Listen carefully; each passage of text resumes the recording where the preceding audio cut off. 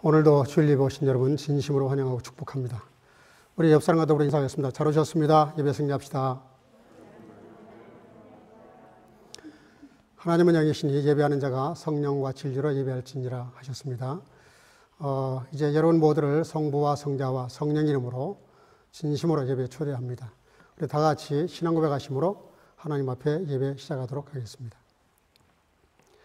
전능하사 천지를 만드신 하나님 아버지를 내가 믿사오며 그 외아들 우리 주 예수 그리스도를 믿사오니 이는 성령으로 잉태하사 동정녀 마리아에게 나시고 본디오 빌라도에게 고난을 받으사 십자가에 못 박혀 죽으시고 장사한 지 사흘 만에 죽은 자 가운데서 다시 살아나시며 하늘에 오르사 전능하신 하나님 우편에 앉아 계시다가 저리로서 산 자와 죽은 자를 심판하려 오시리라.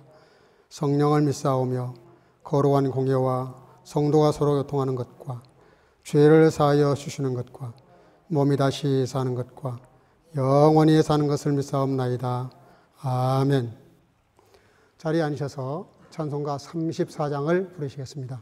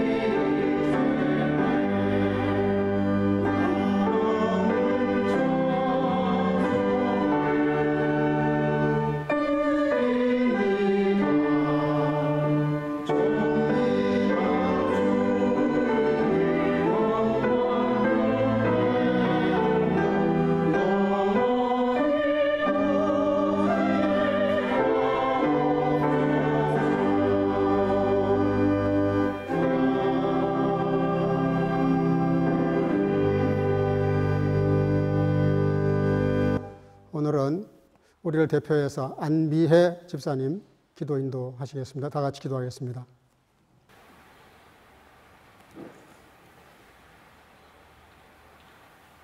살아계시는 하나님 아버지, 이 시간에 또 우리 하나님 아버지께서 우리에게 최선의 것을 베푸시고 세상 속에서는 찾을 수 없는 그 사랑을 쏟으시는 분임을 고백합니다. 이렇게 고백하지만 아직도 염려하고 불평하고 진짜보다 가짜에 더 마음이 가는 어쩔 수 없는 죄성을 날마다 후회하며 괴로워합니다. 우리에게 다른 답은 없으니 하나님 불쌍히 여겨주시고 우리를 더 붙들어주세요. 독일 코로나 상황이 많이 좋아져서 이렇게 함께 모여 예배드리게 해주셔서 정말 감사드리고 하나님께 큰 영광 돌립니다. 하지만 동시에 더 나쁜 상황이 되어가고 있는 다른 나라들과 고통받는 사람들이 있으니 우리는 멈추지 않고 기도합니다. 약한 자들이 있는 곳에 우리 예수님이 계신다고 하셨으니 우리의 시선도 그곳에 집중하고 필요함을 채울 수 있게 해주세요. 특별히 각지의 그 고통을 함께하고 계신 선교사님들에게 위로와 사랑을 주세요. 하나님 교회가 어떤 곳이고 하나님께서 이곳을 왜 축복하셨는지 우리가 다시 묵상하며 배우기 원합니다. 말씀 가운데 그 응답이 있음을 믿습니다. 오늘 목사님께서 말씀을 증거하실 때 성령께서 함께해 주시고 우리 목사님과 사모님과 언제나 동행해 주시며 목회 사역뿐 아니라 그 가정과 개인의 삶에도 행복과 기쁨이 가득할 수 있게 간절히 기도합니다. 우리 사랑하는 아이들이 매주 하나님의 말씀을 듣고 찬양하며 기도할 수 있게 해주셔서 정말 감사합니다. 우리 아이들 각자가 하나님 안에서 바른 정체성과 가치관으로 성장하기를 기도합니다. 우리 교사들에게도 우리 아이들 그 모습 자체를 사랑하고 인정하는 마음을 허락해 주세요. 우리 교회가 섬기고 있는 호스텔 사역을 기도합니다. 하나님의 마음이 있으신 그때와 방법에 오직 기쁨으로 순종하게 해주시고 각 부서들이 하나님께서 동행하고 계심을 기뻐하고 감사하며 하나가 될 수 있는 과정이 되게 해주세요. 하나님을 온 힘과 뜻을 다해 사랑하고 이웃을 내 몸과 같이 사랑하는 이 큰 두 기둥이 우리 교회와 우리의 삶을 지탱하는 유일한 기둥이 되기를 소망합니다. 하나님 사랑합니다. 예수님의 이름으로 기도합니다. 아멘.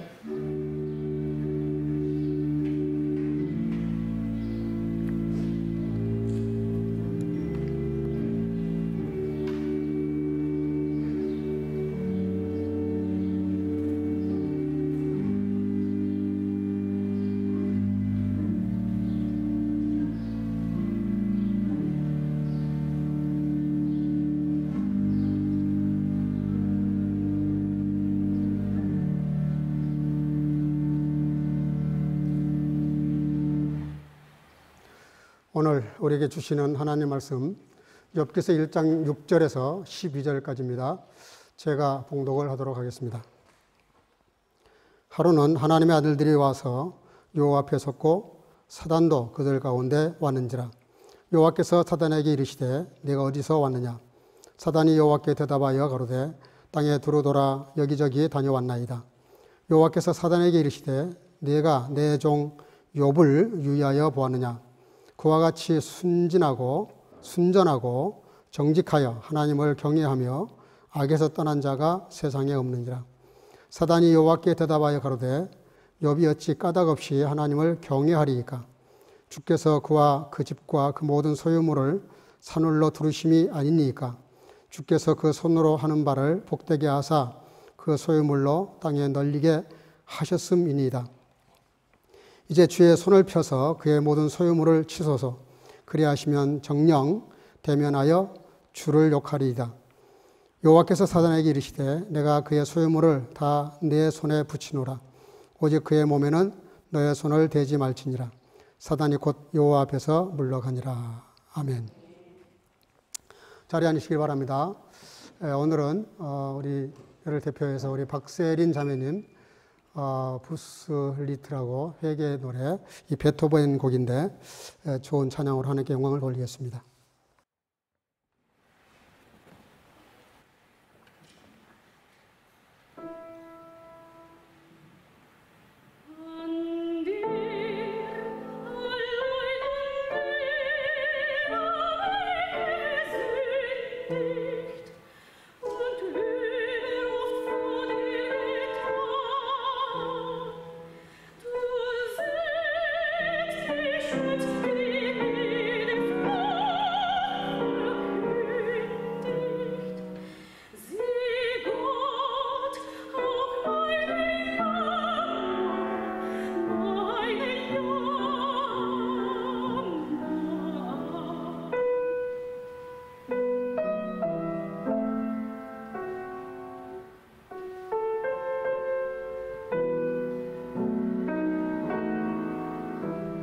주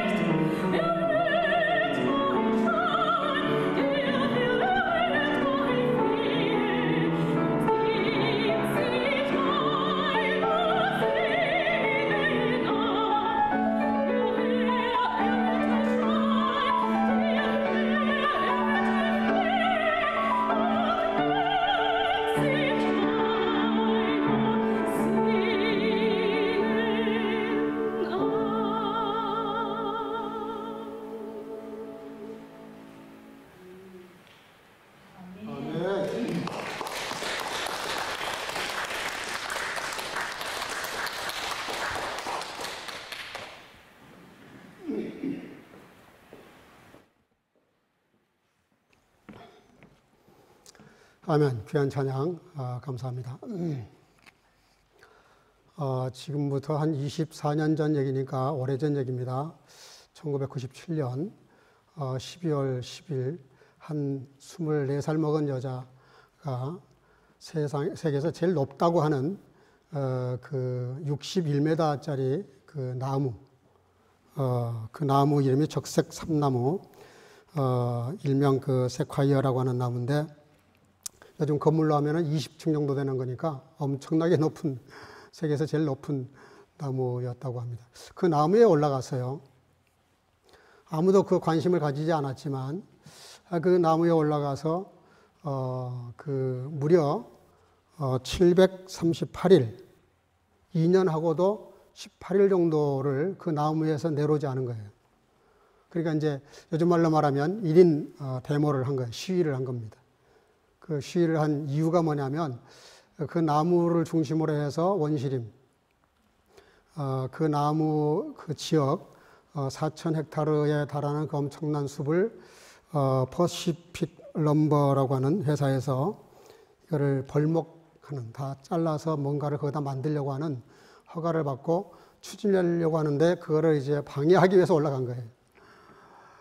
처음에는 뭐 관심이 없었지만 2년 다 돼가니까 사람들이 이제 관심이 막 생기기 시작을 하면서 매스컴에서 보도를 하기 시작을 해서 그 당시에 전 세계에 이렇게 센세이션을 일으켰던 그런 사건인데, 거기 올라가 있는 동안에 캘리포니아 최악의 폭풍이라고 말하는 시속 144km 그 폭풍이 몰아치는 속에서도 안 내려오고 거기서 그 온갖 바람과 겨울에는 또 너무 추워서 동상이 막 걸리고, 근데 이제 3일에 한 번씩 남자 5명이서 거기 물자를 갖다가 주면 그걸 이제 이렇게 오르락내락 하면서 그 도로막으로 이렇게 도로벽으로 이렇게 물건을 공급받아가지고 그렇게 오랫동안 버틴 거예요.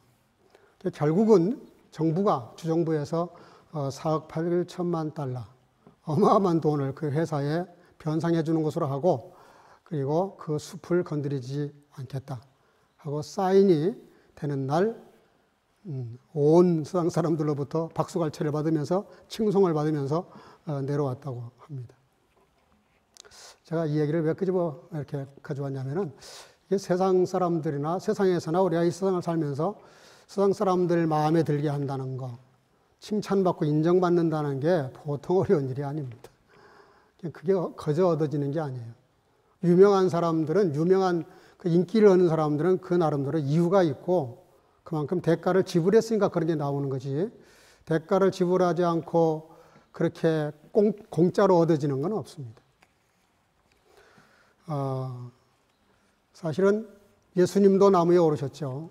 골고다에 불과 2.5m밖에 되지 않는 나무에 올라가셨는데, 근데 우리 예수님은 내려오지를 못하셨어요. 끝내 내려오지를 못하시고 거기서 죽으셨죠.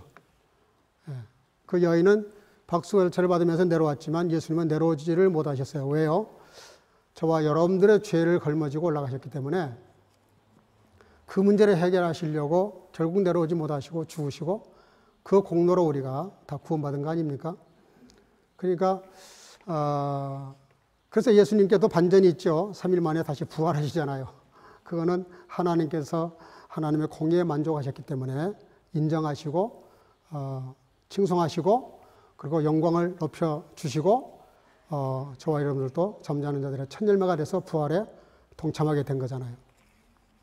그래서 이렇게 우리가 인생을 살아가면서 누가 됐든 인정을 받는다는 거, 세상으로부터 인정받는다는 거, 그게 쉽지 않아요. 근데 정말 어려운 건 하나님께 인정을 받는 것입니다. 하나님께 인정받는 거는 이건 정말 어려운 일이에요. 쉽지 않아요. 그러나 성경에 보니까 하나님께 인정받은 분들이 굉장히 많더라고요. 인정받은 정도가 아니라 칭찬받은 분들이 굉장히 많아요. 말씀을 묵상하면서 좀 여기저기 다 이렇게 좀 뒤져보니까 칭찬받았던 사람들이 너무 많아가지고 다 소개할 수가 없고 몇 사람만 소개해도 많아요. 누가복음 7장에 보면 36절에서 50절까지 그게 한 여인이 등장하죠. 죄가 엄청나게 많았던 여인이 등장을 합니다. 근데 그 여인이 어디에서 등장하냐면은 바리새인이었던 시몬이 예수님을 식사 초대를 해요. 근데 그 자리에 이 여인은 초대받지를 못했는데 불청객으로 와가지고 갑자기 옥합을 가져와서 깨트리고 거기에 그 향유를 머리에 붓고 발에 붓고 머리털로 발을 씻기는 그런 돌발 사건이 벌어집니다. 그러니까 그 시몬이라는 사람은 이 여인을 너무 잘 알아요. 왜냐하면 그 동네 아주 유명한 여자거든요. 아니, 낙인이 찍힌 여자예요. 누구나 그 여자가 죄가 많다는 걸 알아요. 그러니까 예수님에게 그렇게 서비스를 해도 예수님이 이 여자가 누군지를 아실 거다. 속으로 이 여인을 굉장히 마음껏 정죄를 하고 있는 거예요. 예수님이 그 마음을 보셨어요. 그리고 갑자기 예수님께서 그 시몬과 이 여인과 비교하시면서 이 여인을 묘하게 칭찬을 하세요. 성경 누가복음 7장 44절에서 47절인데요. 여자를 돌아보시며 시몬에게 이르시되 이 여자를 보느냐. 여자에게 주목을 시켜요. 내가 너의 집에, 네가 나 초대해서 너희 집에 왔을 때 너는 내게 발 씻을 물도 안 줬다. 근데 이 여자는 눈물로 내 발을 적시고 그 머리털로 내 발을 씻었다. 너는 물도 안 주는데 이 여자는 머리털로 내 발을 직접 씻어 주었다는 거예요. 너는 내게 입 맞추지 아니했지만 저는 내가 들어올 때부터 내 발에다가 입을 맞췄다. 너는 내 볼에다가도 입을 안 맞췄지만 이 여인은 내 발에다가 입을 맞췄다. 너는 내 머리에 감람류도 붓지 않았지만, 보통 손님을 초대하면 그게 예의였던 것 같아요. 근데 머리에다가도 안 붓지만 이 여인은 내 발에다가 그걸 붓고 머리털로 내 발을 씻었다는 거예요. 그러면서 이렇게 말씀하십니다. 이러므로 내가 너에게 말하노니, 따라합시다. 저희 많은 죄가 사하여졌도다. 여러분, 회개의 멋있는 모델을 우리에게 교훈하신 거예요. 회개는 마음으로 말로 하는 게 아니라는 것이죠. 삶으로, 행동으로 하는 것이 진짜 회개라는 거예요. 이 여인은 내가 잘못했다는 말을 한마디도 하지 않았어요. 그러나 예수님께 자기의 온갖 사랑과 정성과 희생과 아낌없이 사랑을 표현하는 것을 보시고 이 여인이 회개했다라고 보시는 거예요. 회개의 차원이 다르죠. 굉장한 칭찬을 하신 거죠. 이 여인은 진심으로 눈물을 흘리고 그리고 삶으로, 행동으로, 헌신으로 자기 삶을 이렇게 하나님 앞에 회개하는 것을 주님이 보시고 덧붙여서 이렇게 말씀하세요. 시몬에게 물으세요. 500데나리온 빚진 사람과 50데나리온 빚진 사람이 있는데 둘 다 갚을 길이 없어서 다 탕감해 줬다. 다 없는 걸로 해줬다. 네가 보기엔 누가 더 고마워할 것 같으냐? 그러니까 당연히 500데나리온 탕감받은 사람이죠. 이거는 그 시몬을 책망하시는 내용입니다. 사실은 책망하시는 거예요. 그리고 이 여인은 칭찬을 받고 있는 거예요. 죄를 엄청나게 지었는데도, 죄죄라는 말은 아니에요. 근데 죄를 엄청나게 지었는데도 그 다음 행동이 정말 진심으로 주님 앞에 뉘우치니까, 그리고 삶을 이렇게 하니까 칭찬을 하시는 것이죠. 뭐라 그러세요? 너의 죄사함을 받았느니라. 너의 믿음이 너를 구원하였으니 평안히 가라. 얼마나 그 여인이 괴로웠겠어요. 왕따 당하고 사람들이 조롱하고 뒤에서 수군거리고 얼마나 힘들었겠어요. 주님은 그걸 아시고 그 여인에게 자유함을 주셨어요. 너의 죄사함을, 내 믿음이 너의 죄사함을 얻게 했다. 극찬을 하신 겁니다. 여러분, 초대교회 부흥이 칭찬으로부터 시작된다는 거 아십니까? 성경 사도행전 2장 46절, 47절 날마다 마음을 같이하여 성전에 모이기를 힘쓰고 집에서 떡을 떼며 기쁨과 순전한 마음으로 음식을 먹고 하나님을 찬미하며 또 온 백성에게 칭송을 받으니 주께서 구원받는 사람을 날마다 더하게 하셨다. 교회 부흥은 하나님에 의해서 될 수도 있고 안 될 수도 있습니다. 그런 만큼 채우십니다. 근데 중요한 거는 부흥은 하나님이 시키셨지만 동기는 어디에서 왔냐면은 하나님이 분명히 그걸 끄집어냈어요. 온 동네에 칭찬을 받았다는 거예요. 칭찬을. 이거는 두 가지 의미가 있습니다. 하나님께도 인정받았고 사람들에게도 인정받았다. 그런 뜻이죠. 여러분, 사람들이 얼마나 인심이 각박한데 남을 칭찬하려고 합니까? 깎아내리기 바쁘죠. 근데 남을 칭찬한다는 것은 진정성이 보이지 않으면 절대 칭찬하지 않습니다. 근데 초대교회는 그 진정성이 있었던 거예요. 그렇죠. 자기 재산을 다 팔아가지고 가져와서 그거를 서로 네 것 내 것 하지 않고 나누는데 그걸 보고 칭찬하지 않을 사람이 어디 있겠어요. 참 이상한 집단이다 말하는 사람들도 있었겠지만은 그걸 그렇게 아낌없이 나누니 그걸 얼마나 좋아했겠어요. 그래서 초대교회가 그때부터 날마다 구원받는 사람들이 더 많아졌다. 그렇게 성경은 말하고 있어요. 또 사도행전 6장 4절에 보면 이런 말씀이 나옵니다. 형제들아, 너희 가운데서 믿음과 성령과 지혜가 충만하여 따라합시다. 칭찬 듣는 사람. 칭찬 듣는 사람들을 택해라. 차례대로 7명을 택해라. 그게 초대교회 소위 재직, 집사의 기원입니다. 물론 성령 충만도 중요하고 지혜로운 것도 중요해요. 근데 도대체 성령도 충만하고 지혜도 충만하다는데 왜 욕을 먹고 사냐 이 말이죠. 그거 안 된다는 거죠. 정말 지혜가 뭐고 정말 성령 충만이 뭐냐면 칭찬받는 삶. 그런 삶이어야 된다는 거죠.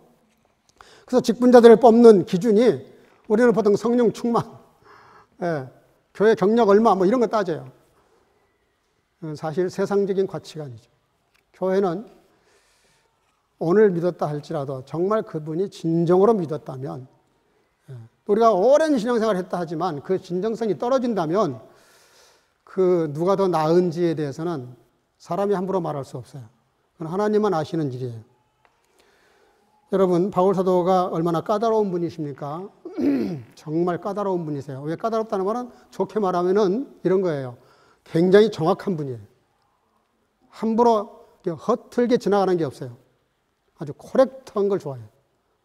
근데 이분이 자기 후계자를 선택할 때 기준이 뭔지 아십니까? 사도행전 16장 2절에 디모데는 루스드라 이고니온에 있는 형제들에게 칭찬받는 자니 그랬어요. 디모데를 자기 후계자로 자기 아들처럼 선택했던 이유 중에 하나가 칭찬받았기 때문이에요. 칭찬. 그의 신앙과 삶이 칭찬받았기 때문에 자기 후계자로 이렇게 선택을 하게 되는 그런 기준을 말씀하는 것을 보게 됩니다.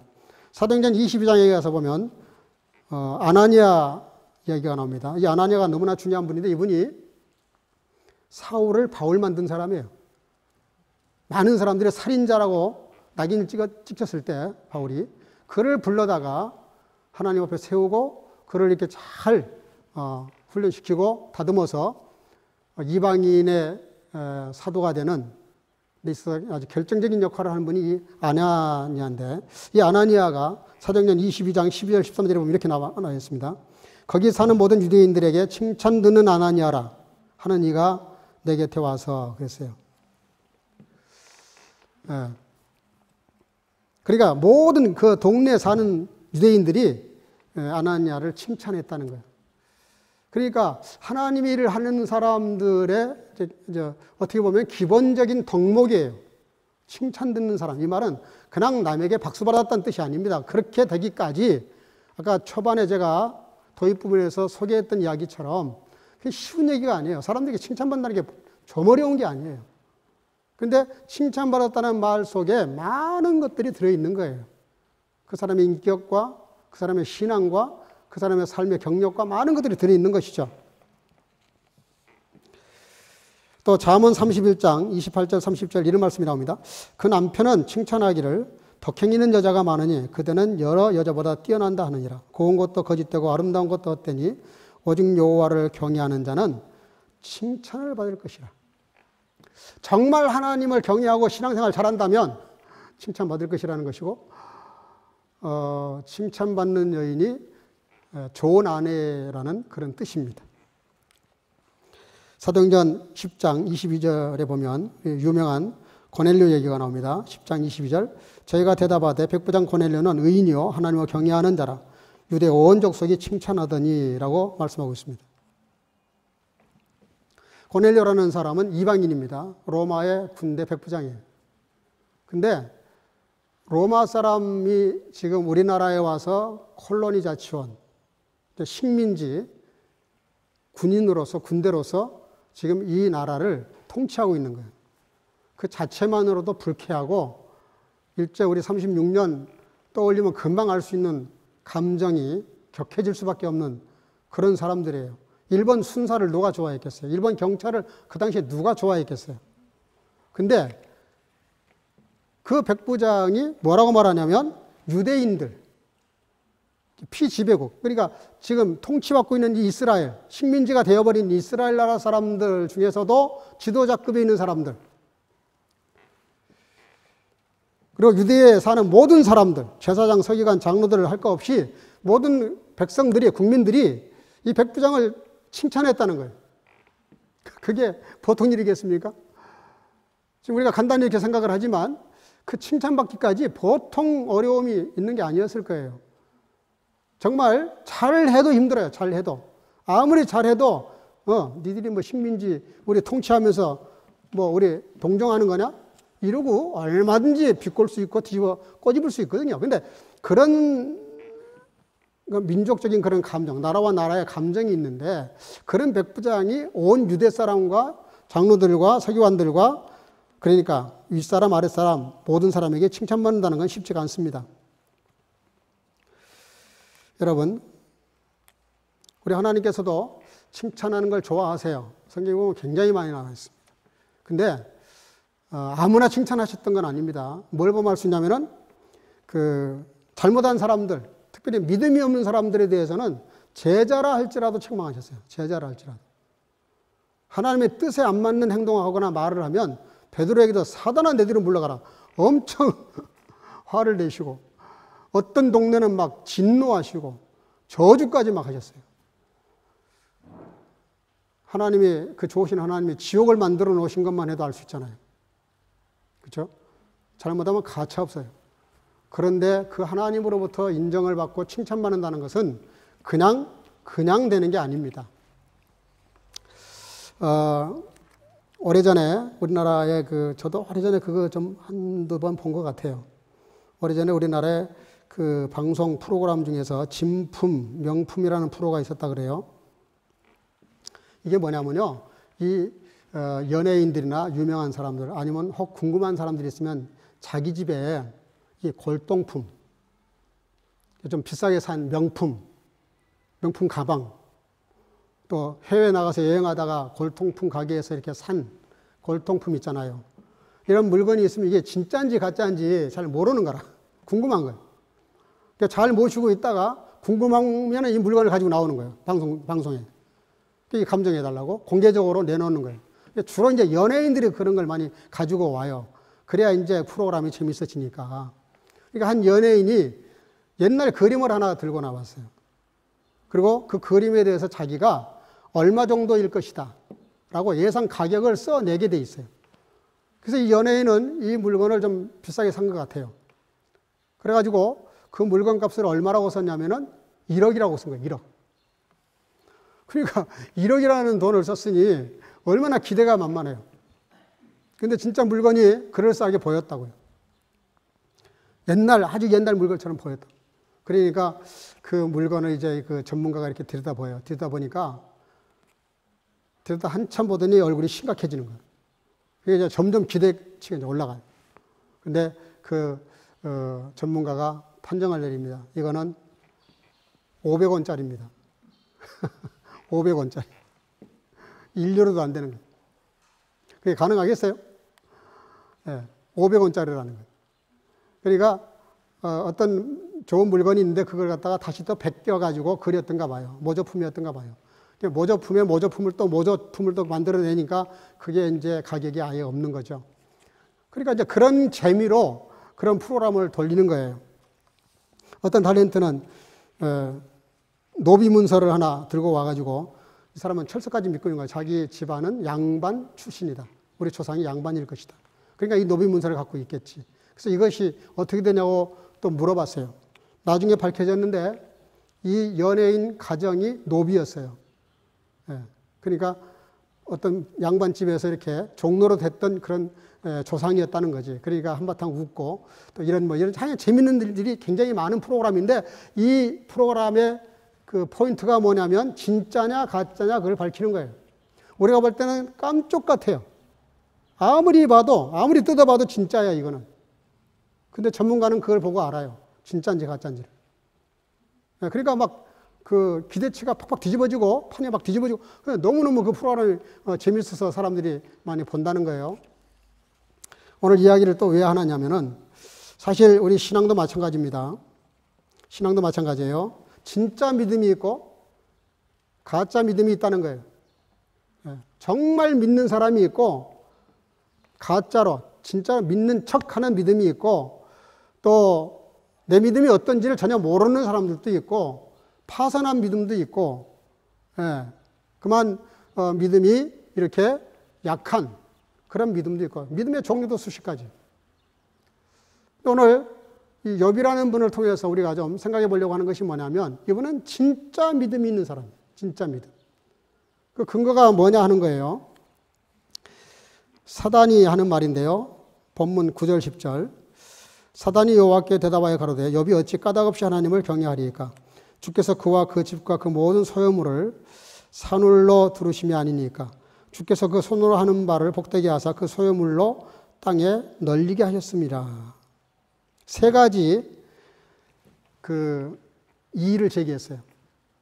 그러니까 사단이 욥에 대해서 아까 첫에 말씀드렸죠. 칭찬받는 거 쉽지 않습니다. 아무리 잘해도 이렇게 물고 늘어지는 사람이 있어요. 거기서 비트는 사람이 있다고요. 근데 주로 사단의 속성이 그래요. 남 잘 되는 걸 보지를 못하죠. 우리를 망하게 만들고 쓰러지게 만들고 절망하게 만들고 무너지게 만드는 게 사단의 아주 중요한 역할 중에 하나거든요.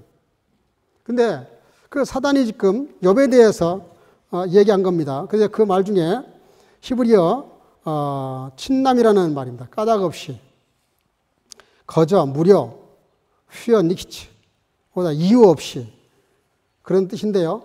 한마디로 말하면 이거예요. 욥이 이유 없이, 원인 없이, 까닭 없이 그렇게 하나님을 경외하겠냐 하고 사단이 참소를 한 거예요. 그러니까 시비를 건 거예요. 그것도 하나님 면전에서. 사단의 존재가 대단합니다.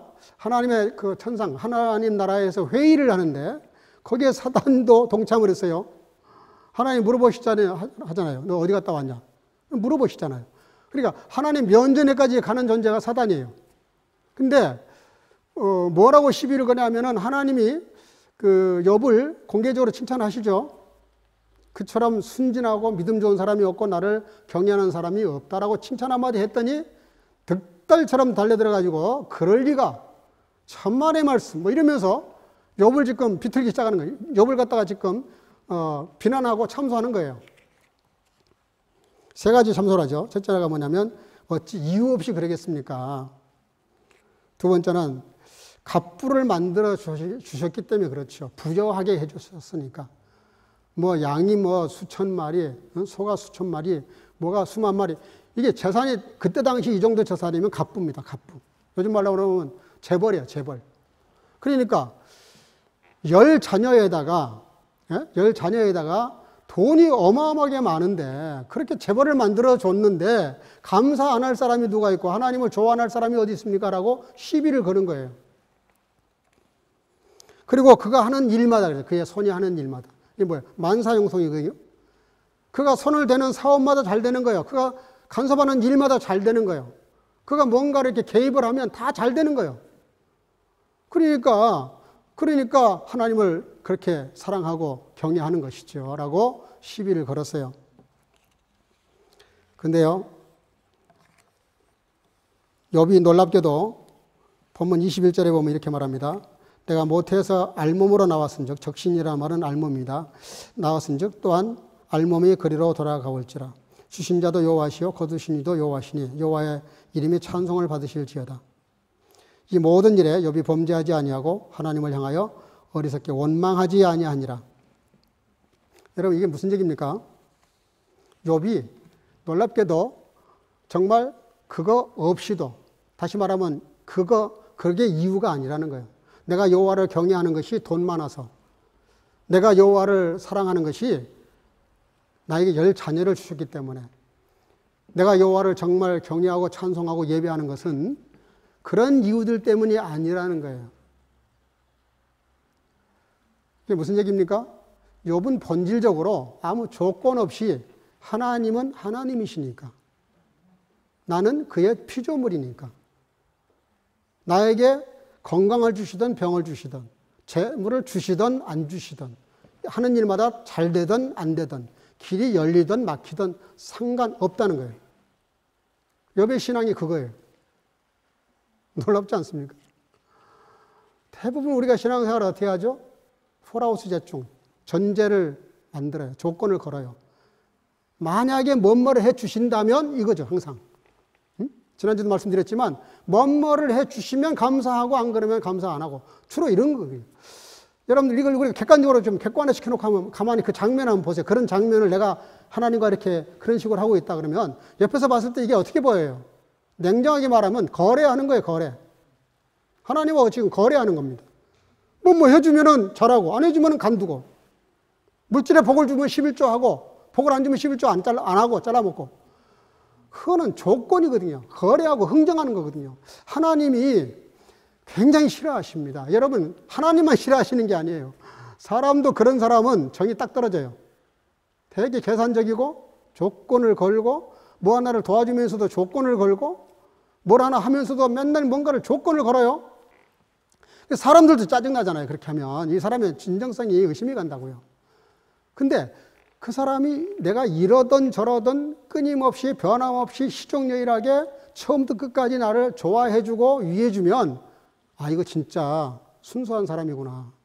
그래서 하나님이 욥을 칭찬할 때 뭐라 그래요? 욥처럼 순전한 사람이 없다 그랬어요. 그 순전이라는 말 속에 그런 말이 들어있어요. 아무런 조건을 따지지 않고 하나님을 믿고 경외하고 예배하고 사랑했다는 거예요.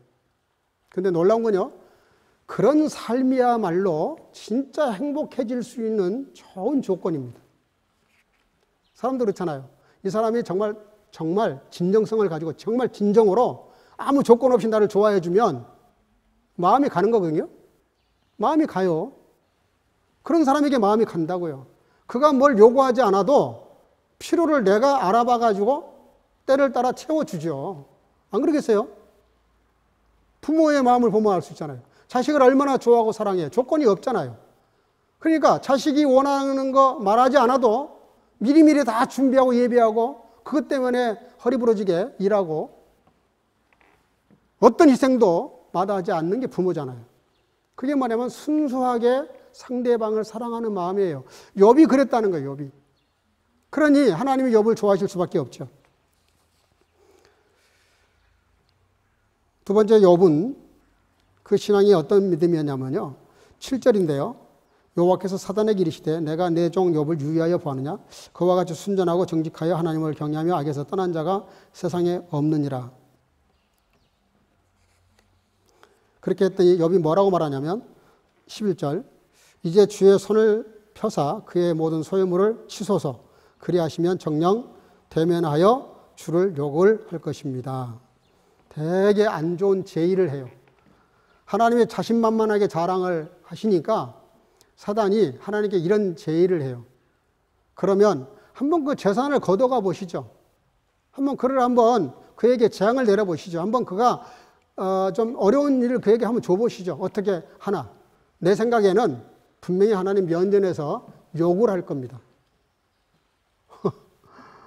이 사단이 하는 짓은 항상 그래요. 한번 내기를 하자는 식이죠. 내기를 하자. 하나님 말이 그렇다 그러면 아멘하고 받아야 되는데 사단의 속성은 하나님 말씀조차도 토를 달아요. 그리고 반론을 제기해요. 사단은 하나님을 대적하는 존재입니다. 우리들에게도 대적하는 존재예요. 마지막 때가 되면 대적한다 그랬어요. 대적하는 일이 많이 일어난다 그랬어요. 여러분, 그때 하나님이 뭐라 그러십니까? 12절 여호와께서 사단에게 이르시되 내가 그의 소유물을 다 너의 손에 붙이노라. 오직 그의 몸에는 너의 손을 대지 말지니라.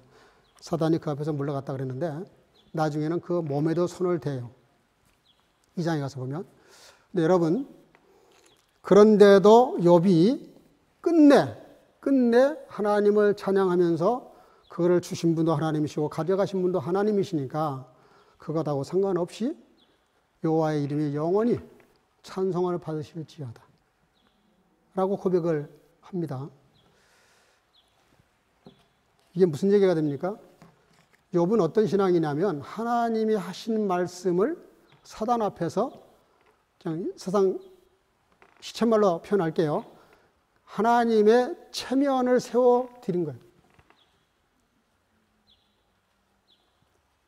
사단이 호언장담했잖아요. 장담을 하잖아요. 그거 다 걷어가시면 분명히 하나님을 욕을 할 겁니다. 면전에서. 근데 욥은 욕 대신에 하나님을 찬양을 했거든요. 무슨 얘기가 됩니까? 하나님이 말씀하신 장담이 맞았다는 거지. 그거를 자기 삶으로, 자기 입술로 입증을 해요. 그거를 배바이전을 한다니까? 그걸 이렇게 보여주잖아요. 하나님 앞에서 그걸 증명으로 내보이잖아요. 사단은 분명히 하나님을 저주하고 욕할 것이라고 그렇게 예언을 했는데 욥은커녕 그 입에서 하나님을 감사하고 찬양하잖아요. 여러분, 우리가 좋은 신앙이라는 건 뭐냐면 조건 없이 하나님의 우리가 영광을 위해서 한다는 말이 그런 뜻이에요.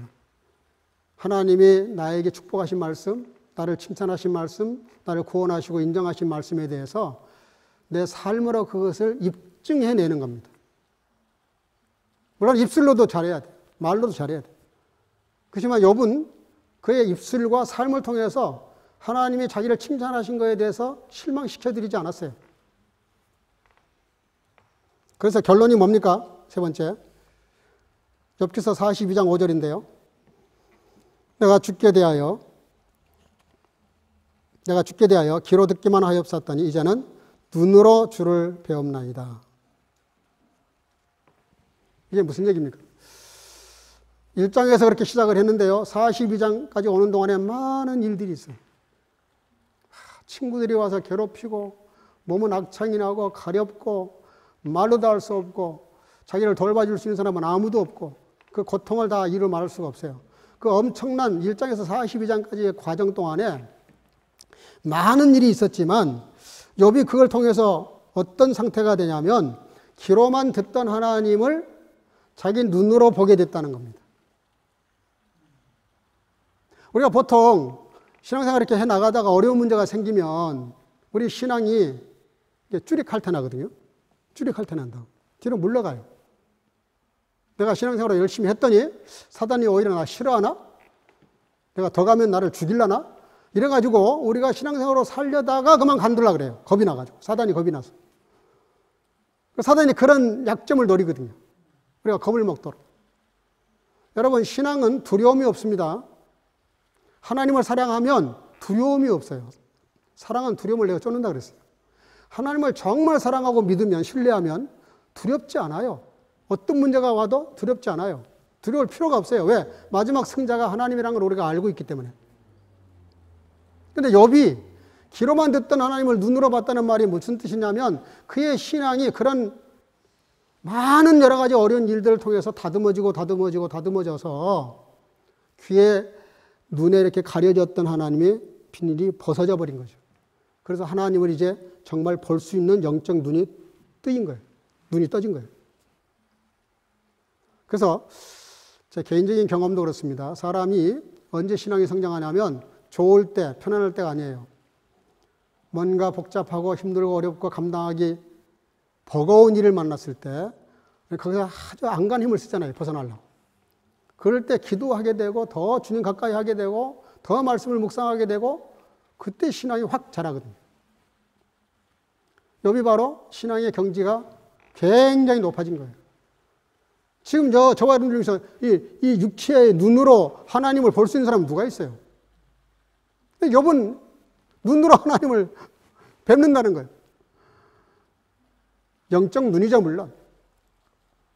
그러니까 그 신앙이 얼마나 좋아졌는지 알 수 있어요. 그러니까 사단이 시비를 걸었잖아요. 이유 없이 그럴 리가 없다는 거예요. 이유 없이. 근데 정말 욥의 신앙이 뭡니까? 이유 없이 하나님을 사랑했다니까. 이유 없이. 우리 젊은 남자들 그렇잖아요. 사랑할 때 이유 없이 사랑하잖아요. 아닌가? 마치 두 사람 나란히 앉아있네. 이유 없이 사랑하잖아요. 정말 사랑하면 이유 없어요. 예? 이것 따지고 저것 따지면 벌써 그 사랑의 순수성이 떨어지는 거지. 정말 순수한 사랑은 이것저것 안 따져요. 그냥 사람 그 자체가 좋은 거예요. 거기에 뭐 붙이거나 뺄 필요가 없어요. 그냥 그 자체가 좋은 거예요.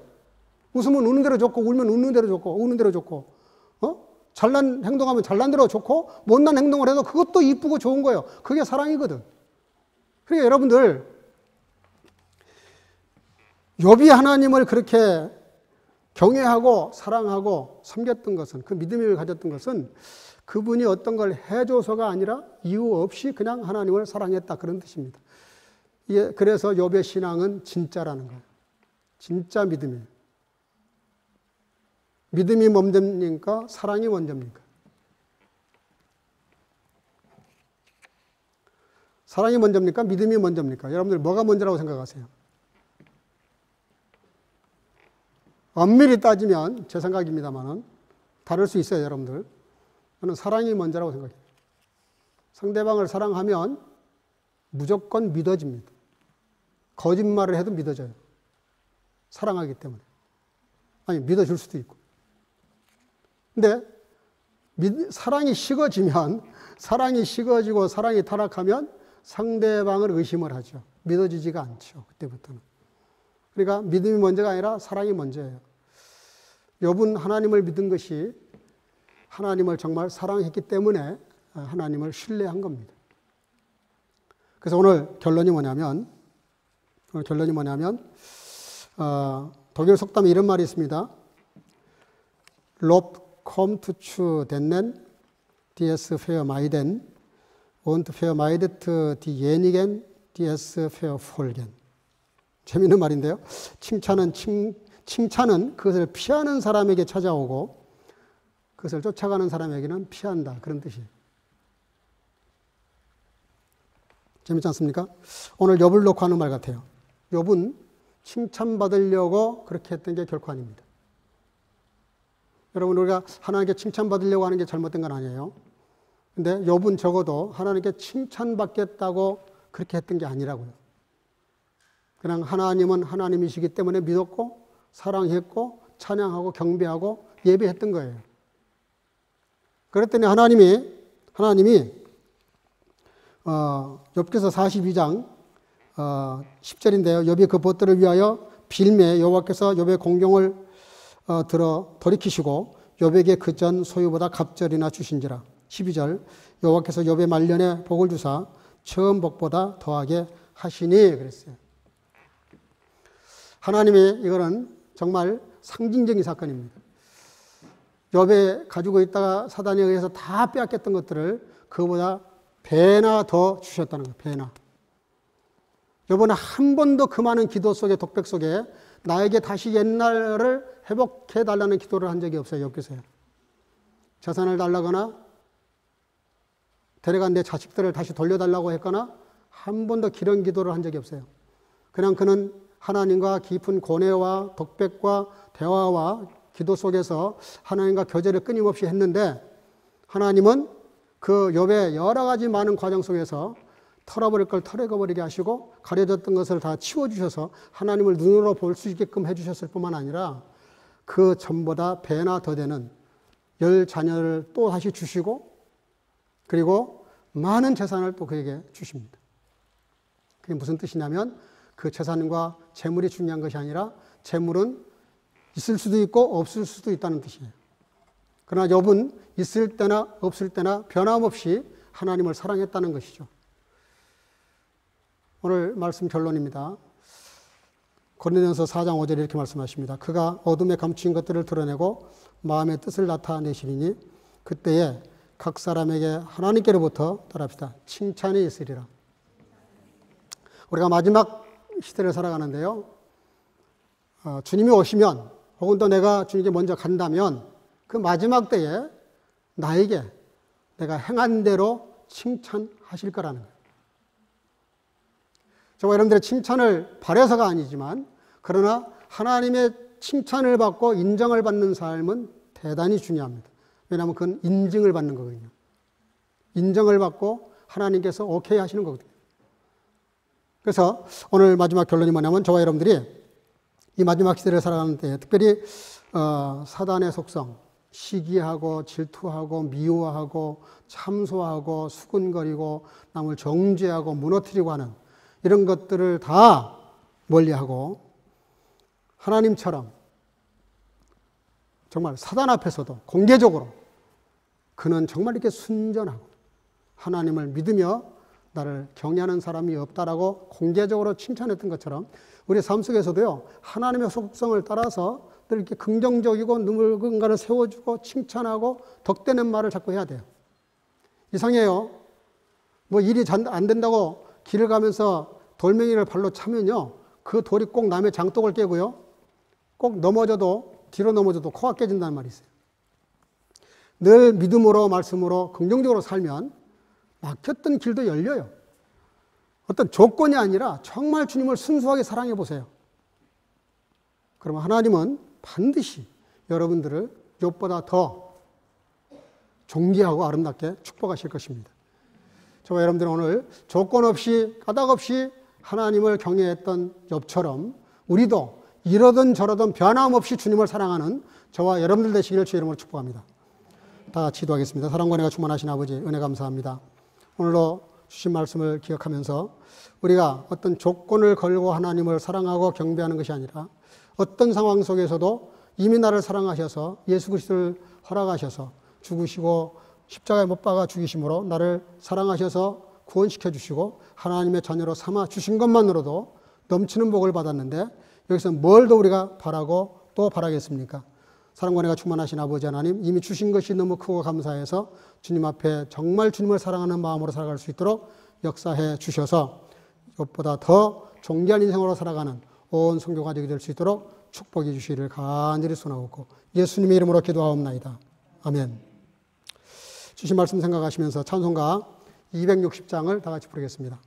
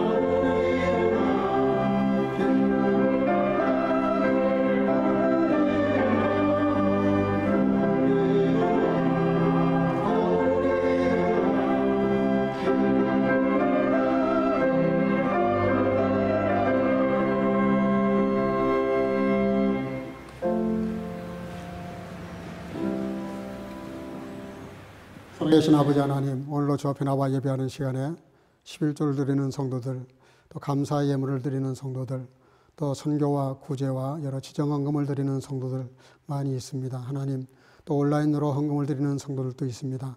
사랑과 은혜가 충만하신 아버지 하나님, 저들의 마음을 받으시고 은혜를 베풀어 주시되 말씀이 약속하신 대로 각각의 마음대로 중심을 보시고 갚아주시기를 간절히 소원하옵고, 갚아주실 뿐만 아니라 차고 넘치도록 채워주셔서 스스로 부유하고 많은 사람들을 부유하게 만드는 넉넉한 인생을 살아가도록 축복하시기를 간절히 소원하옵고, 사람은 누가 어떤 재물을 드리는지 잘 모르지만 우리 중심을 보시는 하나님 앞에 드리는 모든 성도들의 마음을 따라 축복해 주시기를 간절히 소원하옵고, 또 주령금을 드리는 어린 생명들 함께 하셔서 믿음으로 잘 자라 부모의 자랑이 되고 교회의 큰 일꾼 되는 아버지 하나님께 쓰임 많은 귀한 자녀들로 축복하시고, 주령금을 드리는 모든 성도들 위한 주관도 주님과 동행하며 승리케 하옵소서. 예수님의 이름으로 간절히 축복하고 봉헌하며 기도하옵나이다. 아멘. 네, 몇 가지 안내 말씀을 좀 드리겠습니다. 오늘 이렇게 대면 예배 드릴 수 있게 돼서 너무나 참 감사합니다. 방역 수칙을 철저히 지켜주시기를 바라고, 마스크나 거리 유지 또 손소독을 철저히 해주시기를 바라고요. 부서 모임은 잠시 자제해 주시기를 바랍니다. 독일 전체 발병률이 지금 7월 9일 금요일 기준으로 941명, 5.5인데요. 지난주보다 조금 더 올라갔습니다. 제일 큰 변수는 지금 델타 바이러스인데 이게 문제가 안 돼야 되는데 어쨌든 조심해 주시기를 바라고요. 그 아스트라제네카를 맞고 2차에는 바이온텍이나 화이저를 맞는 게 좋다는 그런 예방접종위원회 발표가 있었는데 참고하시기를 바랍니다. 이번 주 금요일 날 6시 40분이 맞죠? 네. 우리 박세린 자매 오늘 특송을 해주셨는데 졸업 논문이 아니라 졸업 시험이 있습니다. 이렇게 노래를 불러야 되는 실기 시험이 있는데 좀 가서 응원하려고 그랬더니 지금 그 코로나 때문에 외부인은 들어갈 수가 없답니다. 그래서 좀 안타까운데 기도로 응원해 주시기를 바랍니다. 예, 시험 잘 보시기 바랍니다. 예, 기도만 해주시기 바랍니다. 예, 나머지는 참고하시기를 바라고요. 혹 주중에 어려운 일 있으면 언제든지 저에게 연락 주시기를 바랍니다.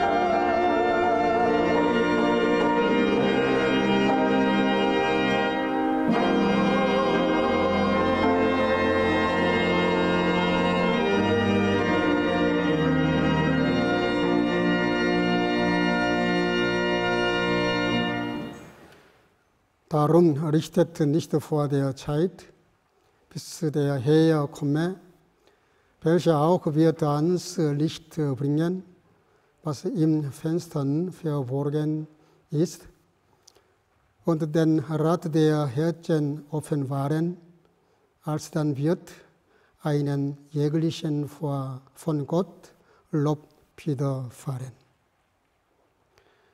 Die Gnade unseres Herrn Jesus Christus und die Liebe Gottes und die Gemeinschaft des Heiligen Geistes sei mit euch allen. 아멘. 그가 어두움에 감추신 것들을 드러내고 마음의 뜻을 따라 나타내시리니 그때 각 사람에게 하나님께로부터 칭찬이 있으리라.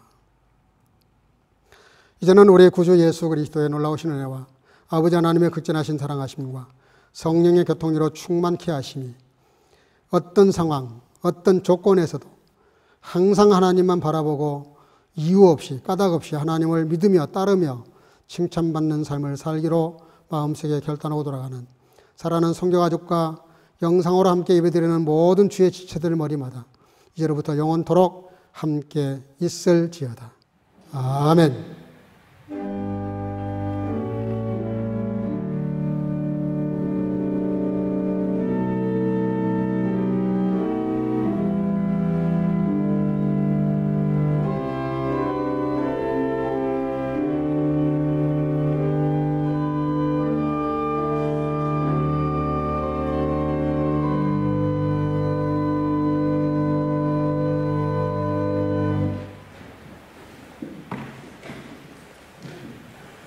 잠깐만 자리에 앉으시고요. 우리 옆사람으로 한번 인사하겠습니다. 네, 오늘 말씀대로 칭찬받는 삶을 합시다. 우리 지난 주간에 우리 정은희 권사님 생일이었습니다. 오늘 축하를 해드리겠습니다. 잠깐 자리에서 일어나실까요? 네.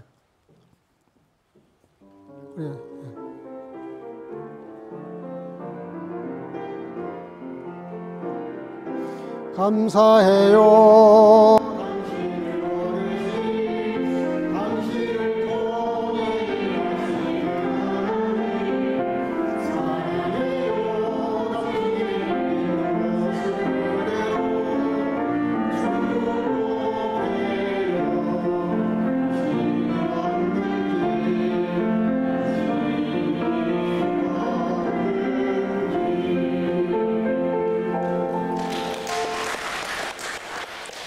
기도하겠습니다. 사랑과 은혜가 충만하신 아버지 은혜 감사합니다. 오늘도 저 앞에 나와 예배하는 시간에 또 예배 잘 드리게 해주시고 이 시간에 사랑하는 딸 생일을 맞이해서 하나님 앞에 또 사람 온 성도들이 주 이름으로 축복하게 하신 것 감사합니다. 지금까지 함께 하신 아버지 하나님 이제도 함께 하셔서 하나님과 사람 앞에 중요한 자가 되게 하시고 늘 주님과 동행하며 영광의 고로 강건하게 하시고 또 유쾌한 인생을 살아가도록 축복하시기를 간절히 소망하고 온 성도들 이 한 주간도 그렇게 존귀하고 유쾌하고 행복한 인생을 살아가도록 강건한 삶으로 붙잡아 주실 줄로 믿사옵고 예수님의 이름으로 간절히 축복하고 기도하옵나이다. 아멘. 하나님께 영광의 박수 올리겠습니다. 할렐루야. 일단 오늘 재직회 잠깐 모이겠습니다. 그대로 앉아 계시고 나가실 때 자리 유지해서 거리 유지해서 나가주시기를 바랍니다. 한 주간도 믿음으로 승리하시기를 바랍니다.